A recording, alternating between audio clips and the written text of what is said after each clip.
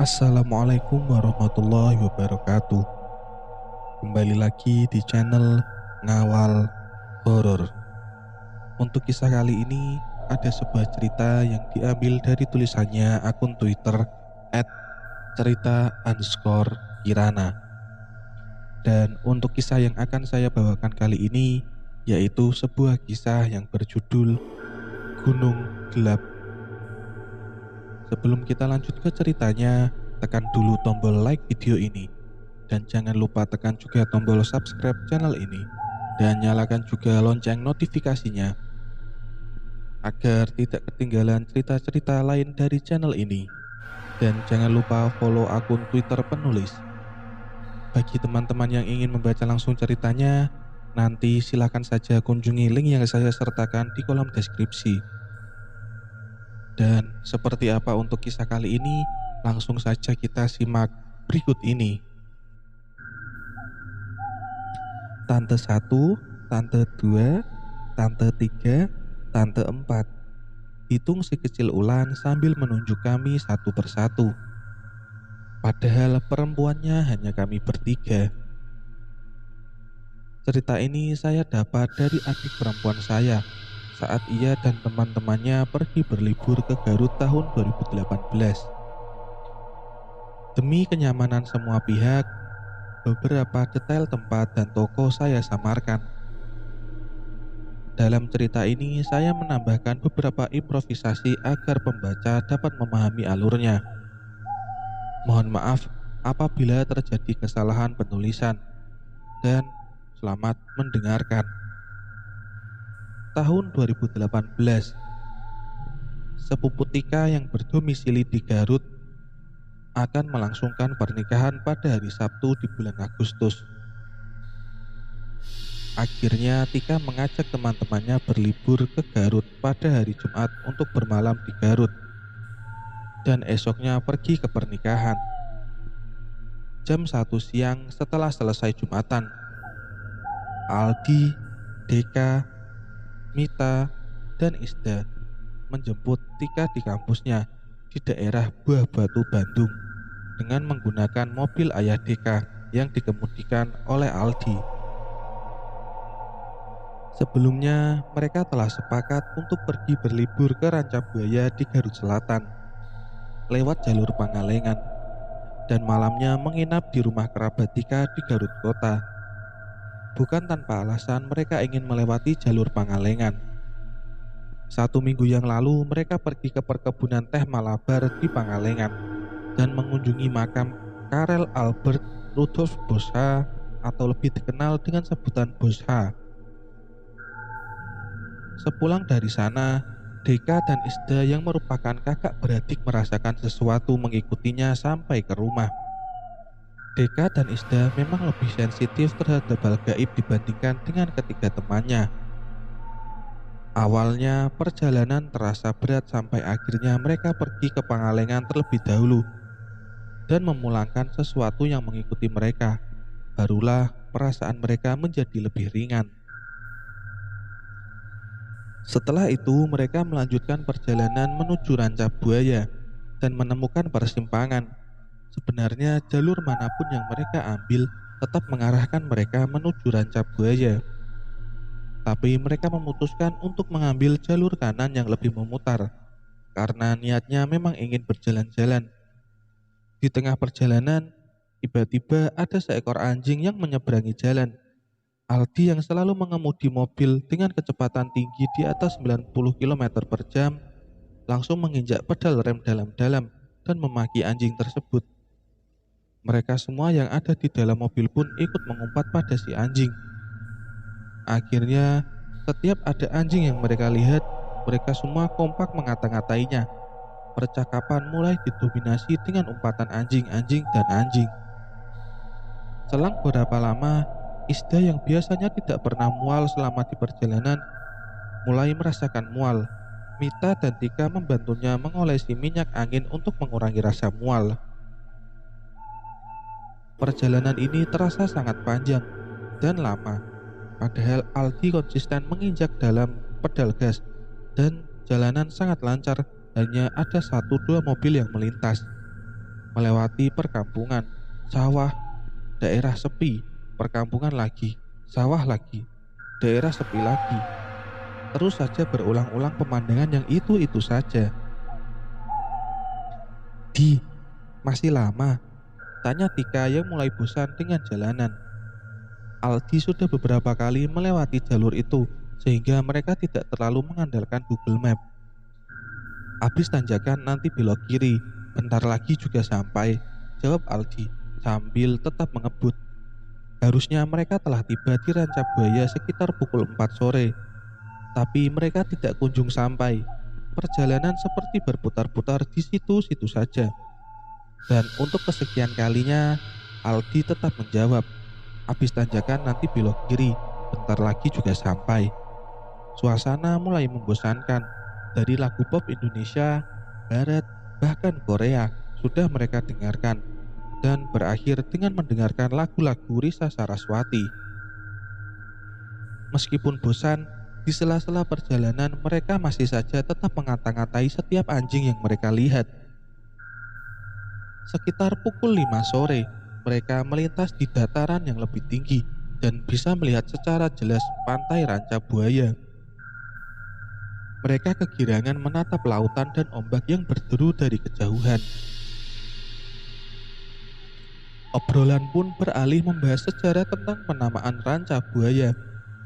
Mereka tiba di daerah Rancabuaya saat azan maghrib berkumandang. Aldi memarkirkan mobil saat melihat masjid di pinggir jalan kawasan Rancabuaya. Mereka turun meluruskan badan dan mengambil air wudhu untuk sholat maghrib.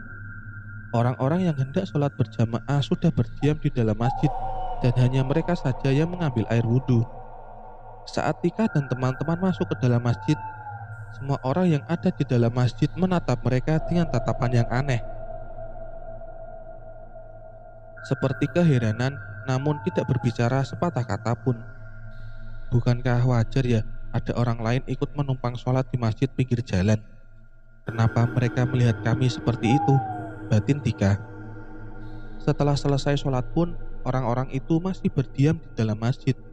Hanya Tika dan teman-teman saja yang beranjak keluar. Di parkiran mereka berdiskusi tentang rencana berikutnya.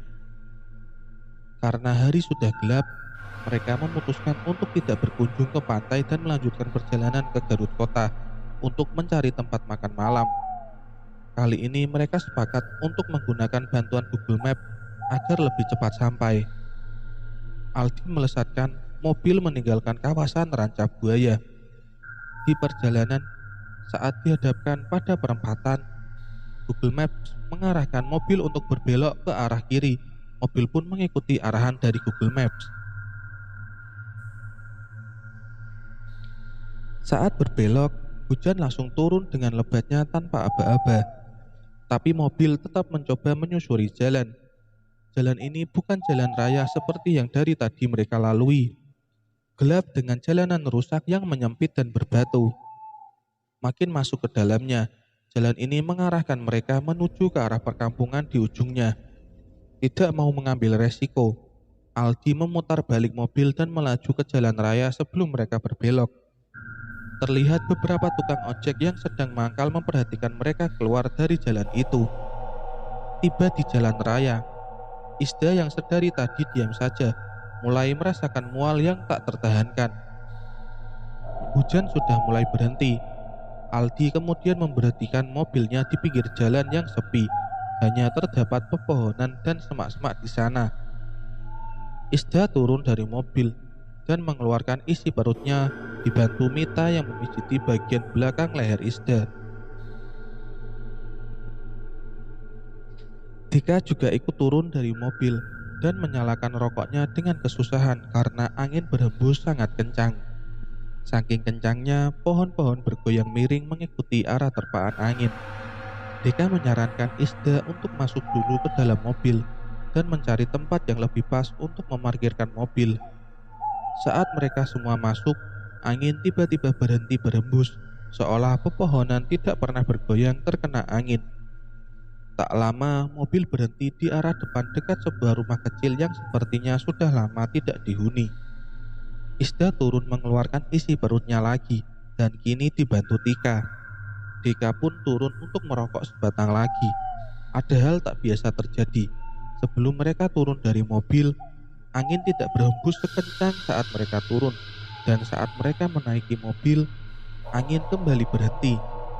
Deka dan yang lainnya hanya bisa mengerutkan kening memikirkan keanehan yang terjadi.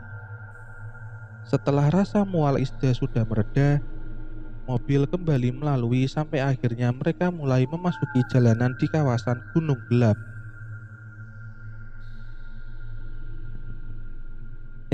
Lihat deh, nama gunung ini Gunung Gelap loh.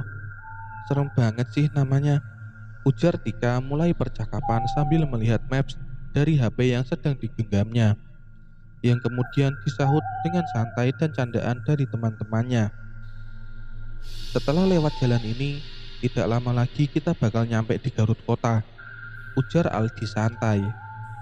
Tidak sampai 5 menit berselang, jalanan tiba-tiba mendadak sepi. Tidak ada yang melintas di jalan itu kecuali mobil mereka. Ditambah kabut tebal yang dengan cepat menyelimuti jalanan membuat jarak pandang menjadi terbatas. Hanya sekitar 2 meter ke depan saja. Penerangan jalan pun hanya mengandalkan lampu sorot dari mobil yang terbatas. Keadaan jalan yang gelap dan curam dengan sisi kiri tebing dan sisi kanan jurang membuat Aldi memperlambat laju mobil dan ekstra hati-hati mengemudikannya. Isda yang sedari tadi lemas akibat mual akhirnya tertidur disusul oleh Mita di sebelahnya. Tika dan Deka tetap terjaga menemani Aldi. Dalam keadaan gelap, samar-samar Deka melihat siluet seorang laki-laki berdiri di pinggir jalan sebelah kiri. Orang itu hanya berdiri saja seperti mematung tanpa melakukan apapun. Tak lama, Tika melihat hal sama di sebelah kanan jalan. Sedang apa orang berdiri di pinggir jalan Gunung Gelap malam-malam begini? Batin mereka tanpa membahasnya. Aldi masih fokus mengemudikan mobil sampai akhirnya mereka bertiga melihat sesuatu seperti kain putih terbang dengan cepat dari bawah kap depan mobil ke arah atas dan menghilang begitu saja. Mereka bertiga refleks saling tatap satu sama lain, tapi tetap tidak ada yang berani membahasnya. Keadaan semakin mencekam. Hawa dingin seolah menjalar ke seluruh tubuh. Aldi menelan ludah dengan berat dan berusaha tidak kehilangan kefokusannya berkendara. Deka dan Tika tetap diam. Mereka hanya bergumam. Ada apa ini? Di benak masing-masing. Tidak lama sebuah mobil bak yang mengangkut galon melaju cepat menyalip dari sisi kanan mobil, menyusul mobil mereka. Di tengah ketegangan ini, mereka sedikit merasa lega. Karena tahu di jalanan itu mereka tidak sendirian. Akhirnya Aldi mulai mempercepat laju mobilnya agar bisa menyeimbangi kecepatan mobil bak di depannya. Kabut yang semakin tebal membuat mobil bak di depannya sudah tidak terlihat. Semakin dikejar malah semakin tidak terlihat. Mobil bak itu seolah hilang tanpa jejak. Padahal Aldi sudah tancap gas berusaha untuk menyusulnya. Al, pelanin mobilnya, bahaya kalau ngebut gini, ujar Deka mengingatkan Aldi yang masih mencoba mengejar mobil bak. Di saat bersamaan, entah mengapa Deka tergerak melihat ke bagian depan bawah ban mobil sebelah kiri dari kaca mobil. Tiba-tiba, Deka melihat jalan aspal yang dilintas ban mobil sudah tidak ada, berganti menjadi batu-batu kerikil dan tanah. Dengan cepat Deka berteriak kencang.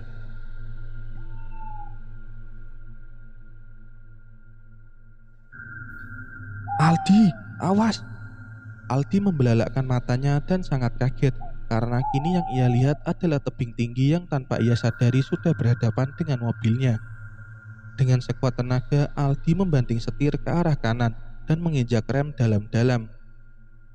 Mobil berhenti mendadak membuat penumpang yang duduk di kursi belakang terpental menabrak kursi depan. Gila, hampir aja, teriak Aldi. Isda dan Mita yang terbangun akibat terpental kaget karena mobil berhenti mendadak. Kenapa ini? Ada apa? Tanya Mita. Sementara Isda mengadu memegangi kepalanya yang menghantam kursi. Lu gak lihat di depan ada tebing? Tanya Deka panik. Sumpah, dari tadi gue ngikutin jalan aspal, sahut Aldi. Kamu gak ngantuk kan, Di? Tanya Tika. Aldi menggelengkan kepalanya. Nafas mereka berderu kencang, tak kalah dengan detak jantung yang seolah melonjak dari tempatnya. Keadaan hening sesaat, masih dalam sepi. Kini mereka diselimuti perasaan takut yang luar biasa. Tahu ada yang tidak beres, Deka mengajak semua temannya berdoa. Deka membatin sambil berkata dalam hati, kami tahu kami sudah berlebihan, kelewatan batas, kami salah, kami minta maaf, tolong dimengerti, kami tidak bermaksud merusak atau mengganggu, kami hanya ingin bersenang-senang saja. Setelah mereka bisa menguasai diri dari kepanikan, Aldi kembali menjalankan mobil dengan perlahan dan hati-hati. Kabut tebal yang sedari tadi menyelimuti, kini mulai menipis membuat ujung sisi kanan dan kiri jalan terlihat. Selang beberapa lama kemudian, akhirnya mereka keluar dari jalur gunung gelap. Mereka menghela nafas, bersyukur masih ditolong Yang Maha Kuasa dan diberi kesempatan hidup. Setelah menemukan daerah berpenduduk, Deka meminta Aldi untuk berhenti di minimarket terdekat. Ia merasa sangat lemas dan mual. Saat tiba di minimarket, Deka langsung muntah, walaupun hanya cairan yang ia keluarkan dari dalam perutnya. Deka dan teman-temannya kemudian berdoa kembali sebelum akhirnya mereka melanjutkan perjalanan dan tiba di kediaman kerabat Tika sekitar pukul 1 malam. Mereka menghabiskan begitu banyak waktu padahal seharusnya mereka sudah tiba pukul 9 sampai 10 malam di Garut Kota. Kerabat Tika yang menyambut mereka tengah malam merasa keheranan karena mereka baru tiba, tapi tak satu pun dari mereka yang menceritakan kejadian janggal yang dialami. Mereka lalu beristirahat dan esok harinya dari pagi sampai siang menghadiri pernikahan sepupu Tika. Setelah itu mereka berpamitan dan segera pulang ke Bandung. Perjalanan pulang terasa sangat ringan dan cepat. Tidak ada hambatan sama sekali sampai akhirnya mereka tiba di Bandung dan beristirahat sejenak di rumah Deka di daerah Ujung Berung. Di rumah berlantai 2 itu mereka berkumpul di lantai atas sambil bersantai dan menikmati cemilan yang disodorkan oleh Ibu Dika.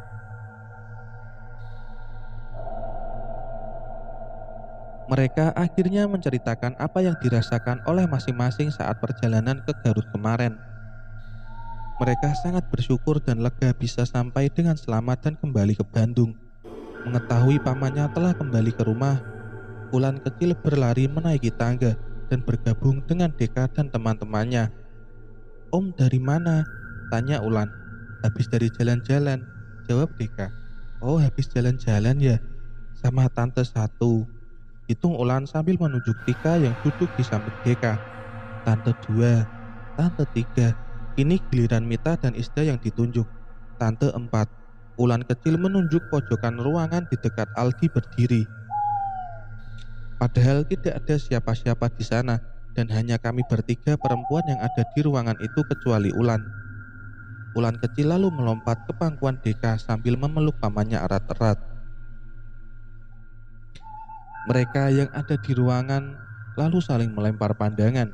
Tidak tahu siapa orang terakhir yang ditunjuk Ulan. Mereka hanya berharap siapapun itu tidak datang untuk mengganggu mereka. Setelah selesai menceritakan kejadian ini pada saya, Deka dan Tika menyadari bahwa sebelumnya mereka dan teman-temannya sudah sompral berkata kasar dan berlebihan. Mereka berharap kejadian ini bisa jadi pelajaran untuk siapapun dan dimanapun agar tidak sompral dan berlebihan. Mereka sangat bersyukur masih bisa selamat dan kejadian saat itu dijadikan pelajaran yang sangat berharga. Akhir kata, saya doakan semoga kita selalu diberi keselamatan dan terhindar dari segala bahaya dimanapun dan kapanpun.